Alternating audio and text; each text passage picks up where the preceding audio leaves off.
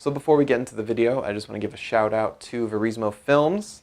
Don't forget to watch their newest video, Anime Lumberjack, now on their channel. Link will be in the description below. I also want to give a shout out to the Upstaters, who just came out with a new video called Avengers Endgame: The Butt Plan. Hilarious video, go check it out. Also, link in the description below. All right, let's jump into it.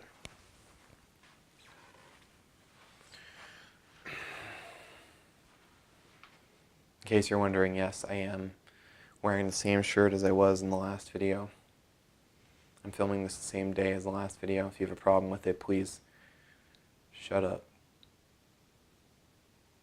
And let's get into the Highwaymen. In 1934, Frank Hammer and Manny Galt, two former Texas Rangers, are commissioned to put an end to the wave of vicious crimes perpetrated by Bonnie Parker and Clyde Barrow, a notorious duo of infamous robbers and cold-blooded killers who nevertheless are worshipped by the public. So the Highwaymen, a new Netflix movie by John Lee Hancock, who also did The Blind Side and a bunch of other movies. And you know what? I'm actually pretty impressed by how this movie turned out for just a Netflix movie.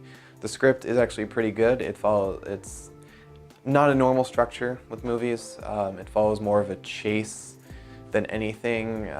For those familiar with Hell or High Water, this is basically, and I'll get more into it later in the review, but it's basically a watered down Hell or High Water. The only difference is being that Hell or High Water, you're following Jeff Bridges and the other cop and Chris Pine and Ben Foster, the criminals, as they both have their dual storylines and are being chased by each other.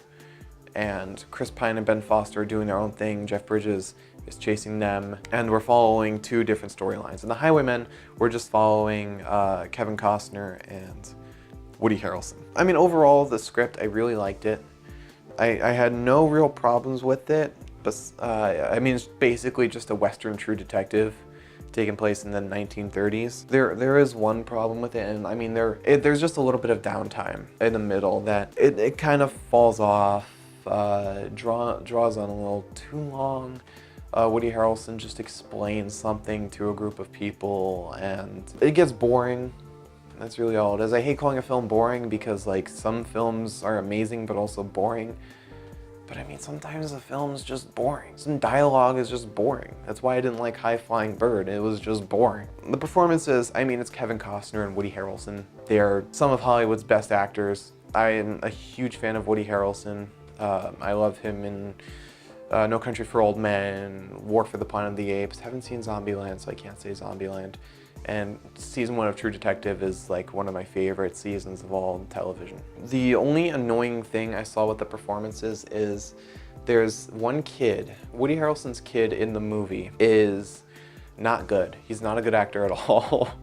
And they give him unnecessary dialogue, which I guess falls under the writing, but the kid is such a bad performer. I mean, that further reinforces why I don't like child actors. I talked about it in my Us review, but I really dislike child actors unless they're amazing, like in Us. The cinematography by John Schwartzman is actually really good.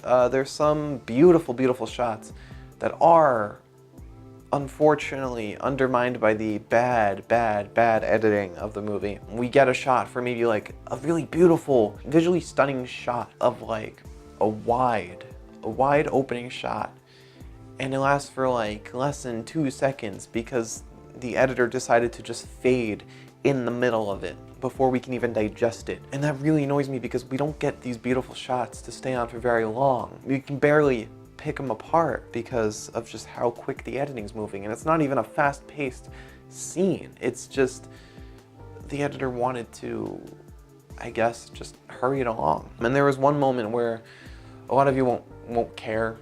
This is a filmmaker thing, but the 1080 degree rule, or no, the 180 degree rule, I don't know why I wrote 1080 degree rule. The 180 degree rule is broken in one scene of the film, and it's a little annoying, it's a little jarring. For those who don't know what the 180 degree rule is, it's if you have two actors in a dialogue scene or just in a scene in general where it's mainly focused on them, you're supposed to establish that one character is on the left side of the frame, looking the other way, and then the other character is on the other side of the frame looking the opposite way. There's one scene in particular, I may not have noticed it in other scenes, but there's one scene in particular where the characters are in their established sides of the frame, and then the camera just cuts to the opposites, to the other side of them, putting them on their reverse sides of the frame, and stuff like that gets very jarring. And you can switch characters from the frame, but you have to show that with camera movement, generally. I mean, there are some films that do that and it does it really well, but most of the time it gets very jarring with breaking the 180-degree rule, and suddenly you lose all the spatial awareness that you had originally. I already touched on some of the editing. It's very, very annoying how we lose some beautiful shots that would have had a lot of impact, that would have given us a really good moment to look and watch at a beautiful scene. But we don't get that because the editor thought it would be a great idea to just keep going. Just, why not? It's a 2-hour movie, we can't have a little longer, we can't have it like a few seconds longer. I mean, besides those moments, it's like, I don't know, it's not good editing. I'll just say that, it's bad editing. The visual effects are great, I have no complaints here. The gunshots, the wounds, the matte paintings, it's all beautiful, all seamless. You couldn't even tell that there was really special effects. It all just felt real within the context of the scenes. And the movie's also really fun for the most part. There are some lulls in the movie that feel too lully, like that moment I talked about with Woody Harrelson. But besides that, I mean, how are you not going to enjoy a movie about a couple highwaymen, a couple bounty hunters chasing Bonnie and Clyde? That in itself makes for an exciting movie, and the movie definitely was exciting. The musical score, I have a lot to say here. By Thomas Newman. I'm a big fan of Thomas Newman. He did the music for Finding Nemo, Finding Dory, and Skyfall, Spectre. I love Skyfall. It's one of my favorite soundtracks ever. And Finding Dory also has a very, very fitting and adorable soundtrack that also is very tense and exciting in some moments. And he did the music for the Highwaymen, and it just feels like the Finding Dory score. It feels like he just tacked it right on with the Highwaymen. It makes no sense with the context of the film. I mean, around the halfway mark, it starts to make more sense and it picks up.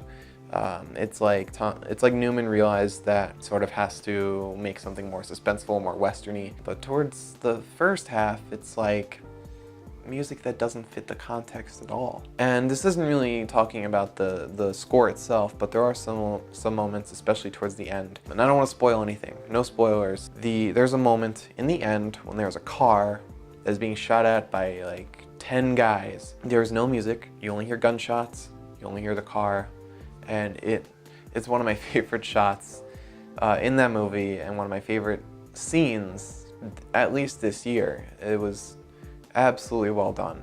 Just go see it. Just go watch it on Netflix for that one scene. And it's right at the end. Not at the very end, but a little before that. I feel like this movie really could have done with Nick Cave and Warren Ellis, who did Hell or High Water, because that soundtrack would have worked absolutely perfectly with the Highwaymen, maybe with a 1930s twist on it. The sound design, I mean, if I have nothing to say about sound design, then it's good, because you're not supposed to notice stuff like that. I didn't notice anything. I thought some sound effects, some Foley were perfectly seamed within the movie. The production design, I actually have a lot to complain about here. There's no real differentiation between characters based on their costumes. The only reason we really know Woody Harrelson and Kevin Costner's characters is because Woody Harrelson and Kevin Costner. There's no real differentiation between them. Any of the other supporting characters gets a little confusing after a little while, like who's who, because they all really wear the same costumes. All the sets are kind of just bland. I mean, they're fine, but what really annoys me is just the wardrobe design.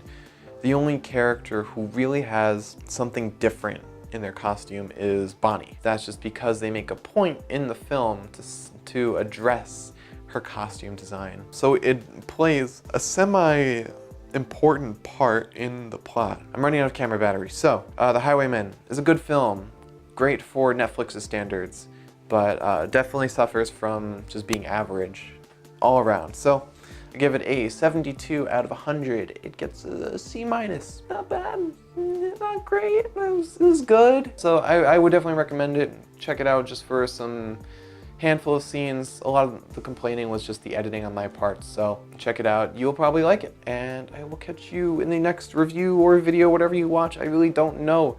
Just please, have a great day.